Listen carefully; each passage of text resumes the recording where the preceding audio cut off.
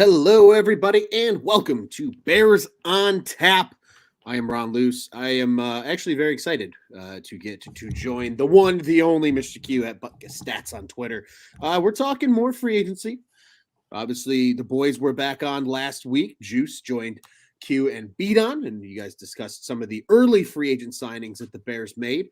And then, of course, naturally, you guys record, and then, Poles decides to pull the trigger and do more stuff. But before we get into all that, again, I'm Ron Luce, joined by Quentin himself. Q, first off, my man, how are you doing here on this Thursday?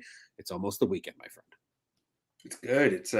It's nice to get out of my cave where I'm just sitting there watching draft prospects all day and night. So I'm trying to catch up on these guys. I think I got 130 watched, and I got about 50 more that I want to see. So just nice to actually speak to a person, not just watch them on a screen. Hey, man, I tell you what, I give you all the credit in the world. Again, this is why you are the draft expert here. I mean, you are dedicated to your craft. And again, this is why your knowledge bank is what it is, man. You put in the work and you grind away, checking out all these guys. And we're absolutely going to tap into that as well, because that's, I think, the beauty of the NFL, right? Because so many other leagues, it's the draft and then it's free agency, right? So teams can, obviously, sports like baseball and hockey, you draft a guy, you're typically not seeing them right away, right? NBA, a little different, right? You can draft a guy in the first round that might legitimately fill a need and then go to free agency. There's only about 3 of them a year. Yeah, exactly.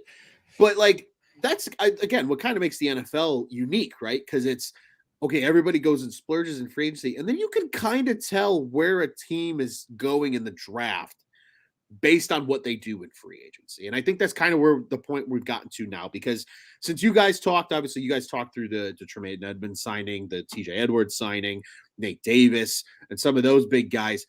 Ever since then, now the Bears have added a legitimate backup quarterback for Justin Fields that plays a similar style in one PJ Walker.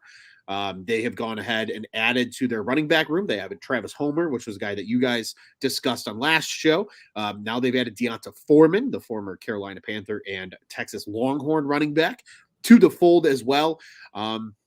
And they've just made some nice little depth signings kind of along the way so far here, and as well as Andrew Billings, big one technique. Last year played with Vegas, has bounced around a little bit. I think spent most of his career in Cincinnati before the last couple of seasons, venturing to a few different places. So Q, I want to get your take, especially on those 3 guys, right? Because each one of them, maybe not the flashiest signing, maybe not the biggest signing, obviously, in the world. And there's still some pretty decent free agents out on the market as we stand right now. And there's probably going to be more, signings and news breaking between now and the time the Bears are on the clock at number 9 at the end of April. But what do you think so far with the Walker, the Foreman, and the Billing signings after last show where you guys talked extensively on the free agent market? So with Walker, I mean, I think there's upside there. He's a guy who had 7 sacks last year, situational pass rush kind of guy. It's interesting that he was their kind of the marquee ad on the D line so far, because he's a guy who's never played more than, I think it's 600 snaps in a season, 500 something, I think is the number. And I mean, maybe he can become a starter, but I was kind of a little thrown off that's their number one solution so far in the defensive line. And to be completely frank, I don't really care about the defensive line right now. Like, all I really care about is getting some blockers for Justin Fields, because this is, a kind of a make or break year for him, right? Yeah. Like, if the Bears are sitting there next year with a decent first round pick and Carolina's first round pick, they can go up and get a quarterback pretty easily. So Fields, I want to know that Fields is getting everything that he can to max out what he can show you and show you that he is the guy. And, I'm biased because I love Justin Fields and I want him to be the dude here. But absolutely, I think there's a trail here that we can follow of, Poles might not be that invested in him. So we'll see. I mean, DJ Moore was a great ad. That will help Fields a ton, but they'll also help any other young quarterback a ton, because he's only 25. It's not like he's a guy who was brought in here just for the Justin Fields era. he's a guy who was brought in for the Ryan Poles era. Yeah. So that's where some of my thoughts come in with these free agents. It's odd that we haven't seen any real offensive line outside Nate Davis and that big gaping hole at right tackle, and questions about left guard and center are making me kind of nervous with it. But Billings, I like it. He's, to be honest, at the point that where they signed some of these guys, I'm just glad they're getting professional football players in the building. Yeah. I was just like, Andrew Billings, sign me up. He's done something Awesome. in this league. Yeah. He's stuck on teams. He's not a practice squad guy. I'm good with that. He can stuff the run. He's a big player who's just, he's going to fit that nose tackle spot when you need him to. Yeah. He's kind of similar to the nose tackle that Eberflus had in Indy, as far as like, he's not going to do that much outside of fill those gaps, but that he's going to do really well at that. Mm-hmm. And Deontay Foreman is a guy who I really liked in the draft that he came out in. I thought he was a great value pick. I forget who, I want to say Tennessee picked him, and then they ended up letting him go, and then he landed in Carolina, and that's where he did, most of the damage that we've seen him do. I know he's had some injury issues in the past, but I think he's a great runner. I don't know if he's going to add much in the pass game, which is interesting because Khalil Herbert's the same way. So you're almost and having signed Travis Homer to a pretty decent number, you have to think all three of those guys are going to be, active for the season, which kind of hits your draft strategy a little. Like, how high can you are you going to take a running back? So you're probably not going to keep 4 running backs and a fullback on the roster, and Kari Blasingame ain't going anywhere. Right. Yeah, no, and I like where your head's at with all that, right? Quickly addressing like the D line, right? I think the DeMarcus Walker signing was a nice one, right? It's a nice depth signing, is how I've seen it. You and I had a pretty extensive discussion in our chat about like where does he fit? Because he's played, pretty consistently in the B gap most of his career. And again, for those that maybe aren't as familiar with football terminology, that is in between the guard and the tackle. So it's still kind of an outside-ish player, but in a scheme where they might reflect a lot of 3-4, which I believe you and I agreed that Tennessee does run a base 3-4. Yeah. They use a lot of 40 package still as well. So he was lining up as kind of that 5 technique, which, as people might recall, when the Bears were running a 3-4 just a few years ago, that's like the Akeem Hicks position, for example. So, I think it's going to be really interesting to see what they do with him. Maybe that versatility plays in well as a guy that can, maybe as a fill-in at a 3 technique spot, or even as a defensive end on like a rundown, and then maybe on a passing down, he can kick inside and bring some of that pass rush ability from an interior position when a guy like Billings, right, comes off the field, because he is a true run stuffing one tech. And that is absolutely what they needed. They did not have that on the roster last season. So just knowing they have that guy that can eat up 2 blockers on just about any run play is perfect. Yeah, someone needs to keep Tremaine Edmonds clean. Yeah, exactly. Somebody's got to do it. And what better guy than a guy that's 6'1" and almost 330 pounds and a guy like Billings. So I think that's a great move overall. With Walker, you're right. Like I agree with you. I think that's probably the role that we see him play. We see him play that base end role where he's needing to set the edge on the run, and he might not be attacking the passer as hard on those early downs where he is a little further outside, like a 5 tech or a 7 tech.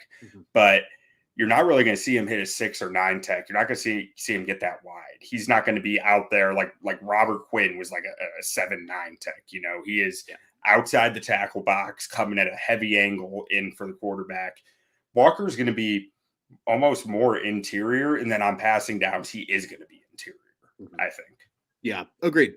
And I think that brings an interesting dynamic, though, because at least like I can reflect from my playing days. I know we see it at the NFL level as well. Like most good defensive lines run 6 to 8 guys deep. Like it's not just your front 4. There's the days of your just front 4 being the core guys and that's all you have are dead. Like it is really a rotation of 4, more like 6 to 8 guys who, have certain roles, right? Like I think about the Bears when they ran the 43 in the Urlacher and Briggs days, right? And you had Alex Brown and Adwale Ogunleye, who were your starting DNs, but Mark Anderson came in a lot off the bench and rushed on third downs to the passer, right? So they're going to have a little bit of that flavor, I think, with the depth. But Q, I'm glad you brought up the O-line, though, because I agree with you. I think there's still a lot of question marks along the front line, right? Because like you said, center is absolutely a question mark right now with, who's going to play there? What are they going to do at that position? Are they going to draft a rookie? Are you going to try to sign one of these veteran centers who are still kind of hanging around on the free agency market? Are you going to do both maybe, right? Like draft a rookie and then bring in a veteran to kind of be that coach and help, bring a young guy up to speed. What are they going to do with Cody Whitehair, right? I think that's another big question because you confidently say they have Davis. Davis is going to be one of your two guards. The more I watch on Davis, the more excited I truthfully get about Davis. So I'm very pleased with that signing in hindsight now too. But like, what do they do with Tevin Jenkins, right? Do we still think he's a guard, And then to your point, right, obviously the glaring hole is right tackle. And I think personally that's where they go with their first pick, if not JSN, like, we have discussed pretty heavily, not only on this show previously, but literally just today. We were talking about that before we jumped on today too. So I'm really intrigued to see what they do with that front five because I'm right there with you, right? This is a big year for Justin. He needs to take that step forward. He needs to show, hey, if you give me the right weapons around me, I'm not running for my life every single play. I can get through my reads and my progressions. I can be an elite quarterback in this league, or at least a very good quarterback that can win you ball games. He kept this offense effectively afloat last season. They were a middle of the pack offense for a decent majority of the year, especially once they started tailoring to his skill set. And that was with a very average to below average offensive line, no weapons at the receiver position, and a very good run game, but that was it. And somehow they were and managed to be a league average offense over the course of the season. So I agree with you. And Q, before we get into that point, because I'm going to come back to that here in a second, I want to pitch this thought to you on the running back position with the Bears, because I've been mulling this over for what feels like a week and a half now, and it's the only Bears thought I've had, because I'm set on the draft of what I think they're going to do, and we'll touch on that here in a second because we discussed that a little bit pre-show, but part of me thinks Ryan Poles and Ian Cunningham are trying to get ahead of the curve, and what I say by that is, look at the two teams that made it to the Super Bowl this year. Neither one of them had a feature back per se. There was a guy that clearly stood out as a feature back, but they had a rotation, and all the guys in that rotation had clear skill sets that they brought to the offense, right? You look at the Chiefs. Isaiah Pacheco was your downhill hard runner. He ran between the tackles, outside the tackles, did it all. You had Jerick McKinnon, who was your elite pass blocker, who could catch the ball out of the backfield, who could still run the ball when needed, but you knew he was a passing downs type back. And then when healthy, CEH gave you a little bit of an extra flair, and he was still a part of that rotation before the injuries piled up. Then you look at the Eagles. Boston Scott, right? He comes in, he's kind of your off-pace guy for Philadelphia. Gainwell, very clearly your speedster, gives you a little taste of differences. And then Miles Sanders was your clear lead back. And obviously Sanders has now moved on to Carolina. They've brought in Rashad Penny to at least kind of be an insurance policy. There's rumors they're meeting with Bijan Robinson, which would be wild if he was added to that Philadelphia offense. But that's where I think the Bears are going, Q, is I think because you have your two top front office executives coming from the two Super Bowl finalist teams, who both ran a very similar strategy in the backfield at running back.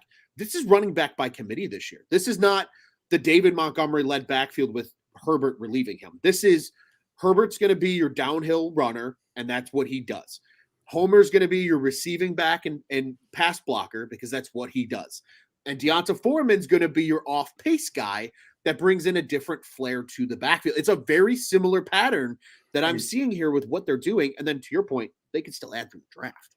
Yeah. Foreman even fits a downhill, short yardage back kind of role. Like that. That makes a lot of sense for him too, because he is an angry runner. Like he will bowl people over. That's kind of what he does. At least that's as far as my memory could as far as it goes back. I thought that's what I thought of him in that draft class. Yeah. But yeah, I'm with you. I see the same thing. And especially once you start thinking about, like, man, the Eagles running offense was just so easy because they are constantly playing 10 on 11. Bears have the same advantage. Yeah. Why wouldn't you try to build it the same way? Now, the Eagles have an all-pro offensive line, but I mean, the Bears are trying to build that some, and I think they're really focused on building it through the draft. I think that they value the line a lot, and they know the only way to really build it long-term is through the draft. And generally that's fine. I agree with that sentiment. It's just the Justin Fields factor throws all this for a weird spin, right? You end up in a spot where you have conflicting feelings on it because, yeah, the only way to build effective lines on both sides of the ball, I think, for the long term, is the draft. But 100%. I'm right there with you. And really quick, Q, because I want to dive in head first with you on the draft. I'm ready to talk draft. I'm ready to pick your brain because, like you said, you've been in a cave for weeks watching a lot of these guys that are going to be in play for the Bears, especially in the early rounds. And I'm sure you've got tape on late round guys too. Just want to go to the comments. Want to show love to all those that are watching along with us live right now. So appreciate everybody. David Bennett. So this is a popular name that I've seen in the comments now. There's 3 comments of the 4 so far that address this, and it's that. We'll go to Scott Crawford's comment first. He says, PFF's Sam Monson has the Bears being Derrick Henry's best fit, assuming he leaves Tennessee, which I think is interesting. And I guess it makes sense from kind of you look at the Bears backfield as a whole from a national standpoint. You go, well, who's really their lead guy? They could use a good running back. David added originally, he says, if you added Henry, you would save Fields' body for at least 3 years of punishment. Imagine taking the focus off Fields running all the time. You know, the old Fields run right, run left, etc. Other teams fearing the Bears running game could be something crazy. And then he followed that up, said, think bigger. He's a Steelers fan. He said a nice Jerome Bettis would be in for Henry for the Bears, kind of that ground and pound guy. And yeah, to your point, Foreman does kind of fill that role. I think a lot of people don't realize how big Foreman is. Foreman's 6'1" and almost 240 pounds. That's a big dude at running back. Mm-hmm. My only issue, and Derrick Henry's a great running back. Don't get me twisted. I'm not going to sit here and say I don't want Derrick Henry. It's a cost thing. I think that's the biggest thing that would hold the Bears back. And what is Tennessee going to ask for in terms of draft capital? You know, why give up draft capital for a running back when you could arguably take one in the draft when you have all these picks anyway? I think that's the big argument that I would have against the idea of acquiring Henry. Now, granted, if Tennessee's just looking to get the hell rid of him and they're like, we'll take a 7th round or 5th round draft pick for him, then okay, maybe. Then you're like, cool, we'll take him. You know, maybe give him a little bit of a better pick, like a 4th, if you can get them to eat some of that salary a little bit. Because I know everybody's going to yell at me. The Bears have so much cap space. That's great, but you're thinking short term, right? They have, Jalen Johnson that needs a new contract. You have some of the other guys you're going to want to pay in the near future. You can't be, dedicating that much money to the running back. That's why they didn't pay David Montgomery in the first place. Well, they do have to spend $45 million still before the end of the league year, like cash Wild. This year, which is just nutty that they've got this far. Still need to spend that much, but that's after draft picks at $45 million. PFF Brad put that out the other day. Okay. Yeah. So maybe that is a chance for them to bring in an off balance back. But then again, you're probably seeing the likes of a Foreman and is Herbert getting caught? You know what I mean? Or do they just not even draft a running back this year and wait another year? I think that makes the running back conversation interesting. So certainly something that we'll keep our eye on here too, because my thought on it is that, like, we've seen Poles what he wants to do. He laid it out for us exactly what he wants to do the second he got to the Bears, and he's followed it to a T. So there's no reason so far to think that he would deviate from it. And it's not to add 30-year-old running backs who have 1 year left on their contract. I've had multiple friends mention this to me, and a part of me is like, yeah, that would be fun and that would be cool to see. But I just don't think it's within the realm of what Ryan Poles wants to do with this roster. I think he'd rather draft a 5th round running back who's 23 years old, 22 years old, and going to be on a 4-year contract and might be able to help you in the future than pick up a running back who's going to be here for 1 or 2 years. Henry still put up 1,500 yards last year, but the last 3 years you saw his yards per carry drop from 5 to 4.5 to 4.4. There's a trend there that says as running backs hit 30 and start seeing that decline in yards per carry, that it is probably not time to bring them onto your team. Mm-hmm. Now, Henry has been an exception his whole career, so maybe he'll continue to be the exception. I don't know, but I just don't think that's in Ryan Poles' wheelhouse.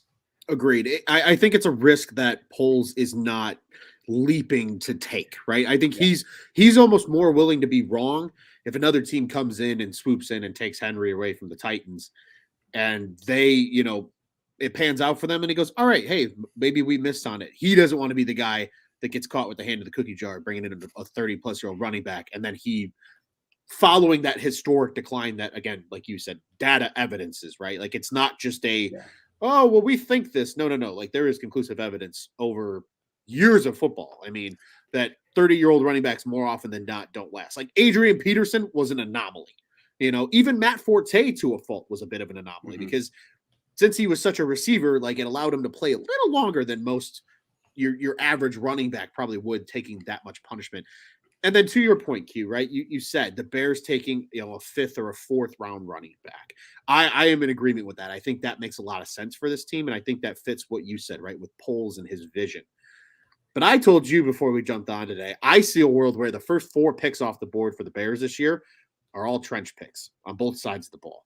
And so that's where I want to turn it over to you now and get your thoughts, because now, again, you guys talked a little bit about it on the last show as well, but the more that, the roster fills out and through free agency, the more and more you see probably where Poles is going to go in the draft. And right now, to your point, and to our point, I mean, we've discussed it here now for about 22 minutes.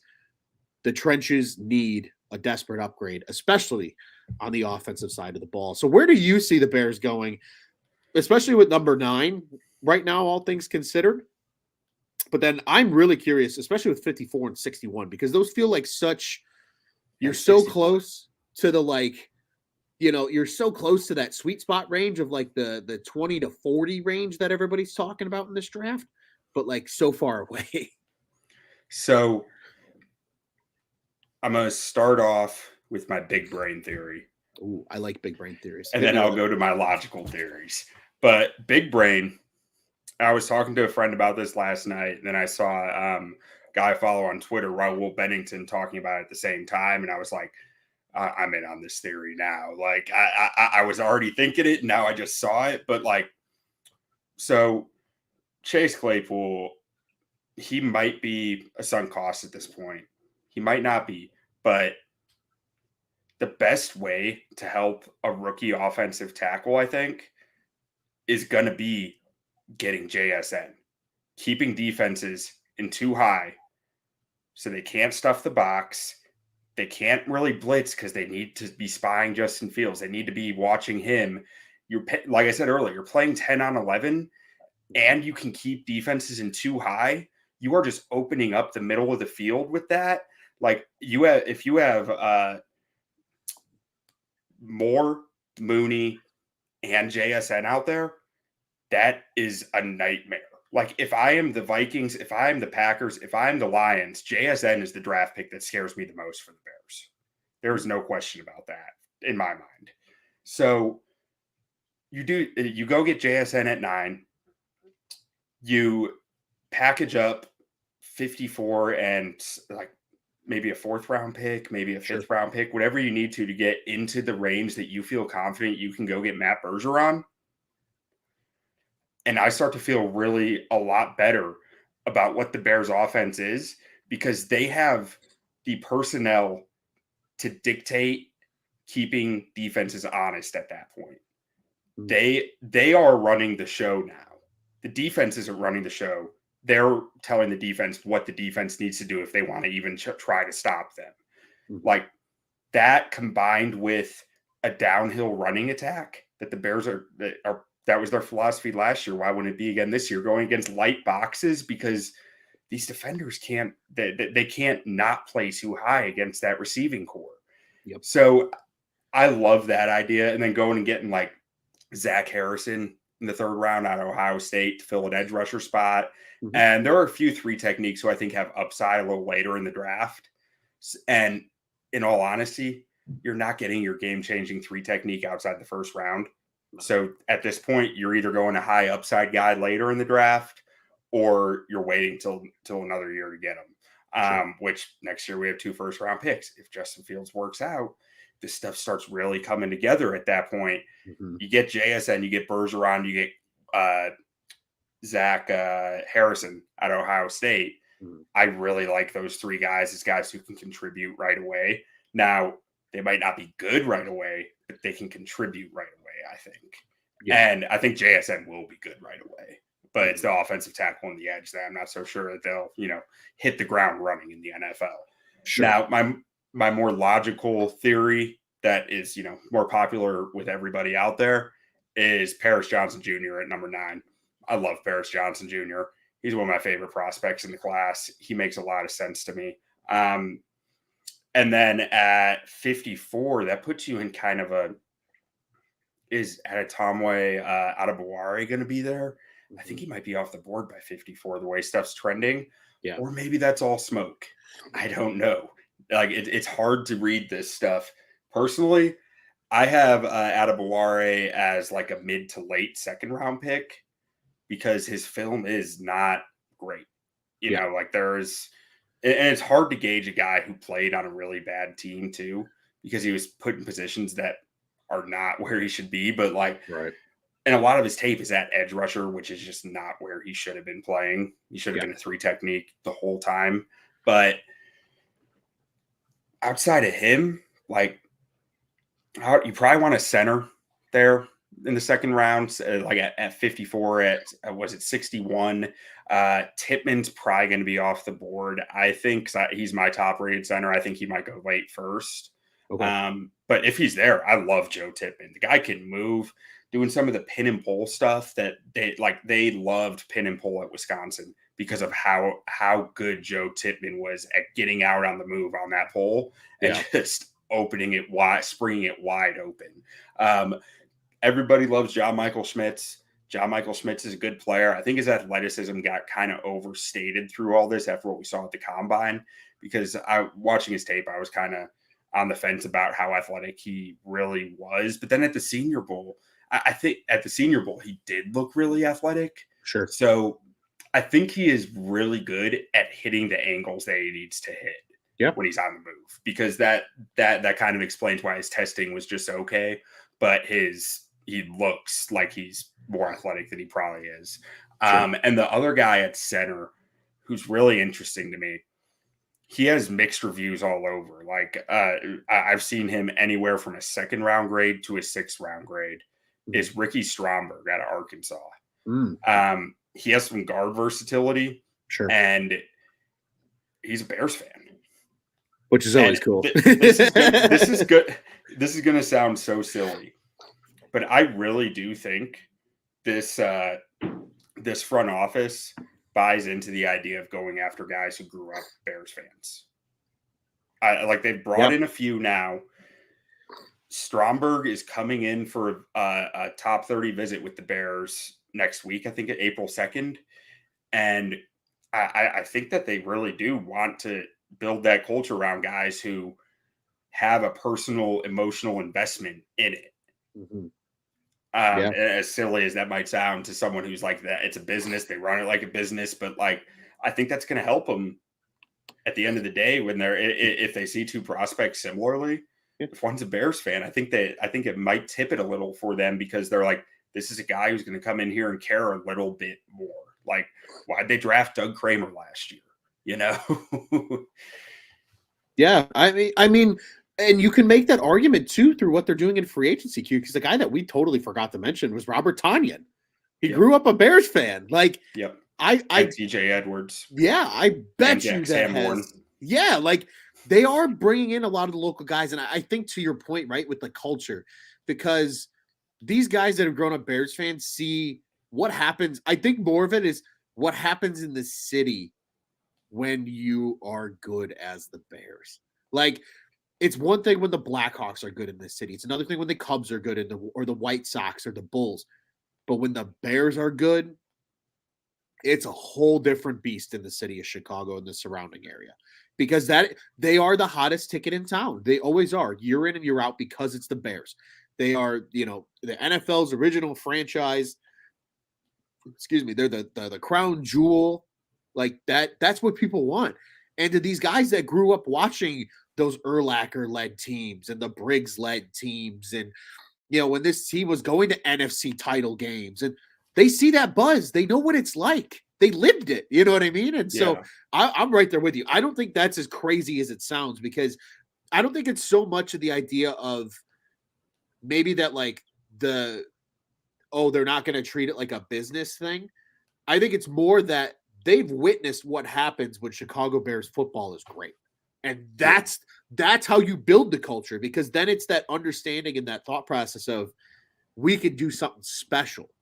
And when you get a whole locker room of 53 dudes believing in that, that's when things start to pop off. And I'm right there with you. Really quick, Q, before we get your rebuttal thoughts too. I thought this was interesting. Sophisticated Thoughts here in the comments says Paris Johnson Jr. is his 1A. He says also because of the scheme fit, Darnell Wright potentially out of Tennessee as a right tackle prospect. I've seen a lot on him. I kind of like him. I love Darnell Wright. He is very much a true right tackle. But again, best hands in the draft class. See, and I love a guy with good hands, because that's the only thing I had to my advantage when I played offensive line was technique. So any guy that's got good technique and quick hands, I'm always a fan of. And then, to your point, you brought up Joe Tippmann, Keane Benton, Isaiah McGuire, I've been some of the other names. I've been raving about Keanu Benton since before the Senior Bowl, because I was prepping for the Senior Bowl, watching tape of all these guys, and I saw his tape. I was like, why is this guy being looked at as a third-round pick? He is a borderline first-round talent, and now he's crept up, unfortunately, to where I think he's going early second round. But Isaiah McGuire is a guy who I've been big on this whole process. I think he fits what Matt Eberflus wants at defensive end to a T, and he's probably still a little undervalued. Now, that's based on mocks. It's based on the media. I don't know if the NFL is actually undervaluing him or not, but I really like Isaiah McGuire. And Mozzie Smith, I don't think he's getting out of the first round. I've said that on the Building the Board project I'm doing. We had our first defensive line episode. I said Mozzie Smith is my number 2 defensive tackle in this class, and I do not see him getting out of the first round, if even the top 20. Yeah, I'm right there with you. There's just so much talent in the trenches, I think, in this year's draft. And that's something that even Ryan Poles noted. I remember one of his first conversations publicly that he had from the Combine was, this is a deep draft on the trenches. And maybe that did influence a lot of what the Bears did in free agency, because they do anticipate using those first 4 picks of draft capital in rounds 1 through 3 to address the trenches and start bringing in some of that athleticism. I want to go back to a point, though, that you brought up, Q, or a couple of points, because you noted the soft box, right? And, when teams have to respect it. And I like that idea with having JSN, because as a former offensive lineman, when I was in college, I played at a university. We ran the spread. We ran no huddle spread. That's how we did it. And it was the same way, especially when we played teams that like to run 30 fronts.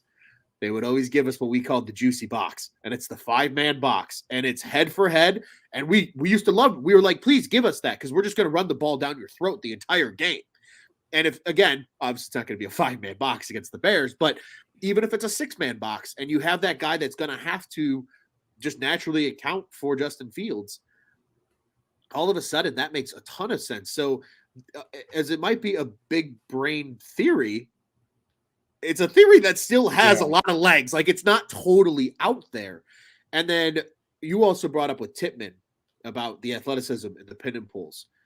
Ian Cunningham comes from an organization where they have an athletic center named Jason Kelsey that knows how to do the pin and pulls. And it is a thing of beauty when you have a center that's that hyper athletic that can get out to the edge and set, because you can do so much more with your offense really from there.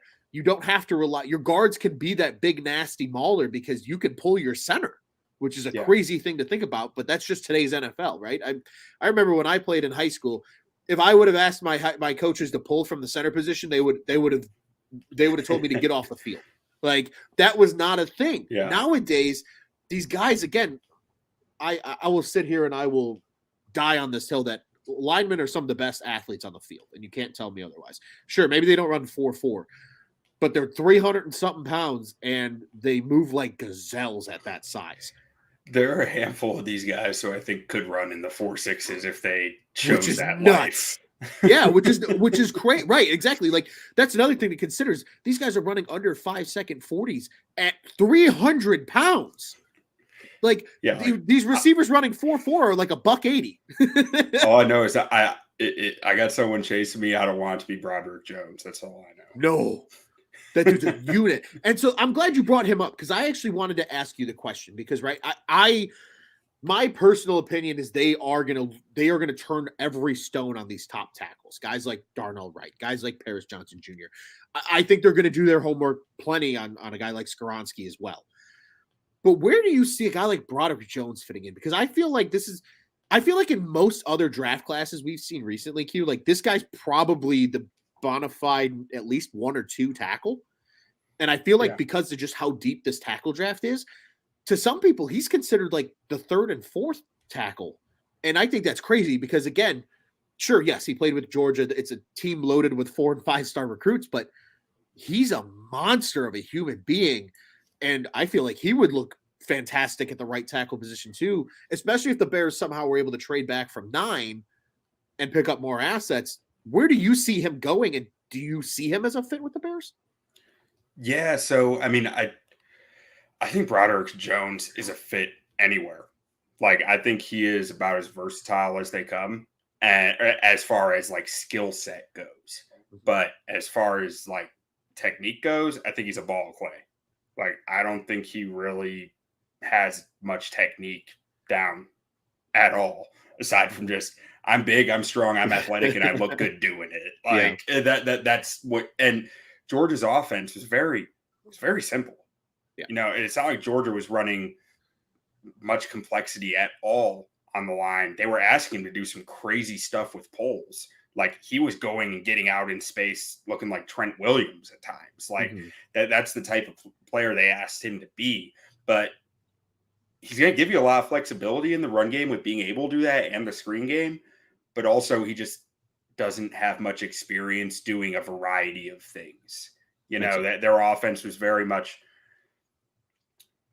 gap runs, wide receiver screens, wide receiver screens with Broderick pulling. Like, you know, it was very unconventional from an NFL standpoint. So that's where Broderick Jones gets knocked a little more, I think, is that you don't know how much he's going to handle there year one. You don't know how much he's going to be able to do just when you're asking him to drop in a vertical drop on a vertical set on a 7-step drop and really just protect for 3 seconds like that. You know, I don't know. He wasn't really asked to do it. I know he's physically capable, but I don't know that he has the processing for it when they're running a inside stunt with a loop coming around on him, that he's going to have his head in the right spot to see it constantly. Right. Yeah. So that's where Broderick Jones scares me a little, but his physical talent is just unreal. And also I think his arms are just about average length, which is that, like, if his arms were like DeJuan Jones or Paris Johnson's, he might be offensive tackle 1. But the fact that they're not, that they're like, and that's not Paris Johnson and DeJuan Jones are not the expectation. They are the far exceeding exception here, but they have it and he doesn't. Right.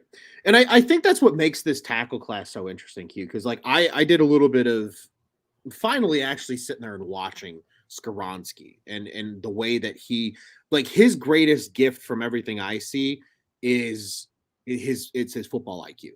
You know, he can read, he sees the stunt before the stunt happens. He sees that kind of stuff. His biggest weakness is he gets bull rushed like an SOB. Like, that's by far and beyond. The dude needs to learn how to sink his hips. I don't know if he needs to. I'm not going to take shots there, but use your imagination. Just any analogies using hips, folks. But again, like, I think that's what makes this tackle conversation so unique because you, again, like you said, Paris Johnson Jr., just an absolute beast and a monster, right? Um, you got guys like Wright who've got the great hands. Jones is just the freak athlete, and I think it's funny.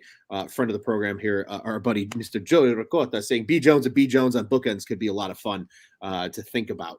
But I'm almost wondering, to your point with Broderick being kind of that clay when it comes to the technique, that almost sounds like Braxton Jones from a year ago, right? He's this big physical monster who I think we really saw. Like a lot of people, I don't think understood how athletic Jones was in the run game until you saw Braxton pulling out kind of as the lead blocker for Fields at times on those runs and things like that. Like he showed off that athleticism that he had.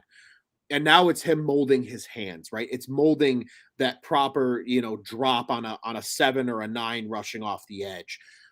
There's a lot of that molding that happened. And obviously they got a guy like him in the 5th round. Jones is probably still, Broderick's probably still going in the top, I'm going to say 50 picks realistically, maybe top 60, unless you disagree with me. But I think Broderick's going top 20.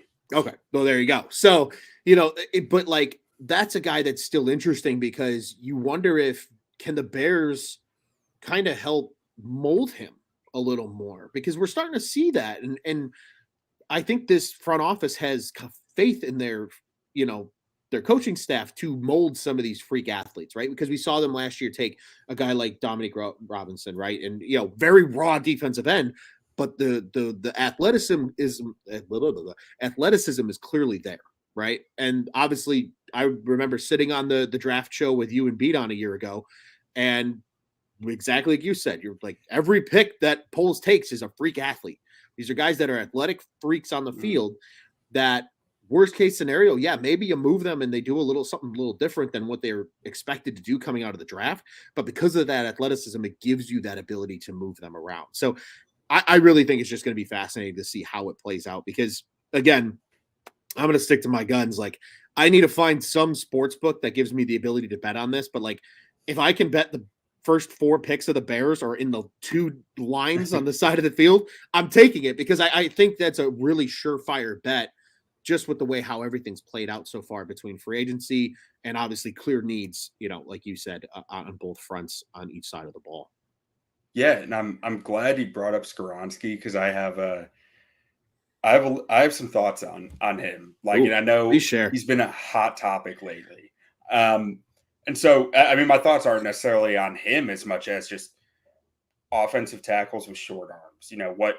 What do they need? How do they survive in the NFL? Because there's this whole debate of like, everyone just says he has short arms, but they don't say that it's a cheap excuse. And I'm not sure that, I mean, it definitely is a cheap excuse if you can't back it up with why that matters. But like, I'm going to give you my opinion on why it matters with him from watching his film. And so if you got short arms, you need elite traits in 3 areas, I think. You need elite hand fighting. Yes. Because you got to keep the defenders out of your chest, especially at the NFL level. You're going to have Khalil Mack in your chest in an instant, and he's going to bull rush you back. He's going to like, because when they get in your chest, right, they're getting that lift on you.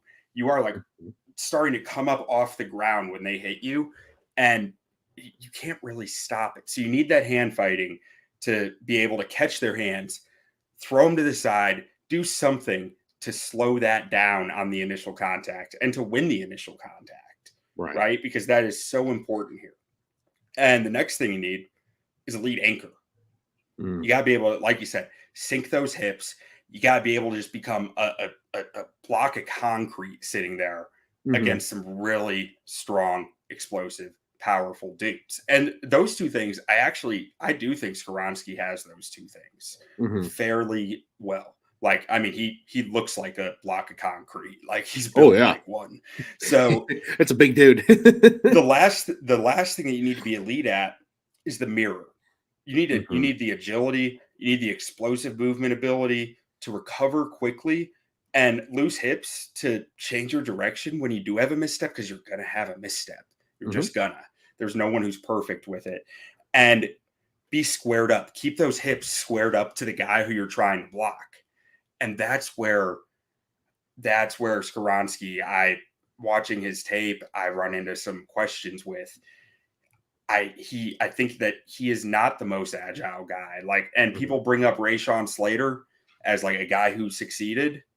Rashawn Slater ran a 7.48 three cone. Skoronski ran a 7.8 three cone. Like there's a clear difference in agility between these two guys.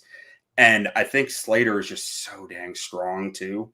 That his like Skoronski's strong and he has a good anchor, but Slater is freakishly strong. So between the agility advantage that he has and the strength advantage that he has over Skoronski, I think that's why Slater is able to survive the short arms. Right. Well, I question whether Skoronski can, because I don't think he stays square to the opponent as well as he should. I think that opponents get into his chest more because of it, because he ends up in those odd situations where the hand fighting can only get you so far. I think his hand fighting is outstanding. He's really good at it. And he's really good at flexing his back up and being able to extend his length to max it out. And but that takes away from your anchor a little too. And it's this combination of these factors that I think impacts him. And there's 3-4 plays a game where I'm seeing him get blown back into the backfield. And if I'm being completely honest, I look at like when I was watching the tape, I was also looking at like PFF stats and stuff, and they said no sacks allowed, no pressures allowed. And it was like, I counted 3 pressures. Right. I counted a sack. Like I not every game I counted a sack, but there were 1 or 2 where I was like, I think that's on Skoronski. And there was none, like he didn't get the stat for it. So and maybe that's me, you know, maybe I'm judging him too hard, but I don't think that stuff gets better in the NFL. I think it just becomes a glaring weakness that's a guy's Achilles heel sometimes. And I'm rooting for him. I hope he does succeed at tackle. But if I'm drafting him, I'm not counting on it. Yeah, 100%. I'm glad you brought that up because, again, for folks that haven't met me in person that listen to Bears on Tap, I am on a very, very, very good day, like a hair over 6 foot. And I'm small. I'm small. I played offensive line in college like that. I have short arms. My arms are not very long at all. I was traditionally a center. My last 2 years in college, I played tackle. And the only thing that saved me was technique, right? Like being a technician is the only thing that can save you when you have physical ailments on the offensive line. It is a beauty and a gem and a joy for the guys that are big. And I'm jealous of every single one of them. Trust me, I was when I played. I am still now. Like the Paris Johnson Juniors of the world, the Darnell Wrights of the world. These big guys that imagine having 36-inch long arms. Like I would be a fool. I would act like a fool if I had that big of a wingspan. Like I would be like walking through the grocery store and just like randomly punching people to keep them away from me. Bam! You know what I mean? Like having fun with it. Doesn't even make sense. But like that, agreed. That is a huge key, right? Like if you're gonna have short arms, yes. Can you kick step? Can you stay with your end? Can you, especially if the guy makes an inside move on you, can you get down and mirror him in a way to still keep that inside leverage with that inside arm? You know, same thing goes with the bull rush, 100%, because there's only 2 ways to counter a bull rush. Either you're accepting it and you become a big fat pile of just dead weight, or you have to be able to smack the guy's arm down and get the D end off balance, and you hopefully bury him into the ground, and then you lay on him like, you know, a lazy Snorlax in Pokemon. Like that's all you've got in order to get out of that. So, perfectly well put, Q. Like I'm on the same position with you. Is like if there's already film that worries teams about that ability to do those things to make up for the shorter arms. To your point on, I believe it was 2 shows ago when we discussed Skoronski, and you're on record saying this, maybe he is just a really, really elite guard in the NFL. There's nothing wrong with that. Absolutely nothing wrong with that. He could probably make a lot of money at the guard position in the NFL over the course of a 10, 11-year career. But again, like it's just such a different beast in the NFL. In the Big Ten, you can get away with it because you're just a big, you know, athletic freak. In the NFL, it's a whole different beast. And that's where a guy like Paris Johnson Jr. probably does make a lot more sense for the Bears if they're going to go that route. And the thing that just sticks, I wanted to see him as a tackle. I was like trying to. And the thing that I just couldn't get out of my head was a game in 2021 against Michigan So he was going up against David Ojabo and Aiden Hutchinson, who you're going to see in the NFL every Sunday. I was just going to see in the NFC North 2 times a year, at least with Hutchinson. He held his own almost all game. Like he did well almost all game except for like 4 plays. And there were 4 plays where he just got blown up. And I just couldn't get that out of my head of like that 4 plays isn't going to decrease. Right.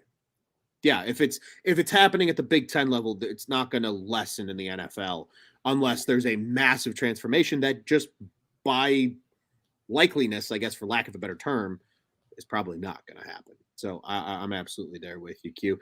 I mean, again, I'm excited to see what they do. I know you've got a lot more draft analysis to do. I've personally got a lot of analysis to do, so I don't sound like a doofus over the next month of shows that we have coming up, and at least try to stay, on the same page with you, because again, you are our resident draft expert here at Bears on Tap and on Tap Sportsnet. But Q, I want to turn it back over to you, man. We've been on for about 50 minutes now. We're gonna have tons of awesome draft content between now and the time April 27th rolls around, and then the Bears are hopefully on the clock. Maybe they are taking Jackson and Smith and Jimbo. Maybe they are, going the tackle route. Who knows? But be sure to follow along with us at Bears on Tap here on Twitter. Be also make sure you are following along with our friends and now our kind of brothers, I guess, technically at On Tap Sportsnet, the Bears Nation Pod. They have now joined the network, so be sure to follow them. They're at Bears Nation Pod on Twitter as well. I am at Loose on Tap. Q is at Butkus Stats. Be sure to follow everybody else at Juice on Tap. And even though you might not see them a lot here on Bears on Tap anymore, our boys over at Bets are going to be heavily involved come NFL season. At Joey Knows Nothing, at Beat on 300 are going to be a big part of that as well. Q, always a blast, my friend. As everybody knows, Bears on Tap, we are one of 2 now official Bears podcasts, the On Tap Sports Network. OnTapSportsNet.com, at OnTapSports on social media is where you can find us there. Q, any final thoughts for us today before we sign off and call it another week in the books? Just going to give people 5 offensive linemen for the mid to late rounds to watch out for. I like that. Ricky Stromberg, who I mentioned earlier, center out of Arkansas. Wanya Morris, offensive tackle out of Oklahoma, right tackle. Transferred there from Tennessee after 2 years, dropped a bunch of weight and looked like a completely different player at Oklahoma. John Gaines, offensive guard out of UCLA, has almost a perfect relative athletic score. Spencer Anderson, offensive guard out of Maryland, about as athletic as John Gaines. So both those guys can be some serious pole players for you. They have their flaws, but they are extreme athletes. And then deep sleeper, I'm going to attempt this name. I don't have the phonetic spelling in front of me. It's Malasala Almave Laulu, offensive tackle out of Oregon. There's some real strong athletic traits there. A lot to develop, but the athletic traits are impressive. I love it, man. I'll tell you what, I'm going to be going back and watching some film on all those guys myself. I hope all of the listeners do as well. And be sure to do that, because the next time that we're live, you can join us in the comments over on YouTube and Facebook as well. Get involved in the conversation with Q and I, and hopefully with Juice next time as well, and anybody else that makes appearances this season here at Bears on Tap with us. But Quentin, thank you so much, my friend. Always a pleasure jumping on with you. I can't wait to see all of your draft research between now and the end of April. I'm sure it's going to be absolutely incredible, as it always is.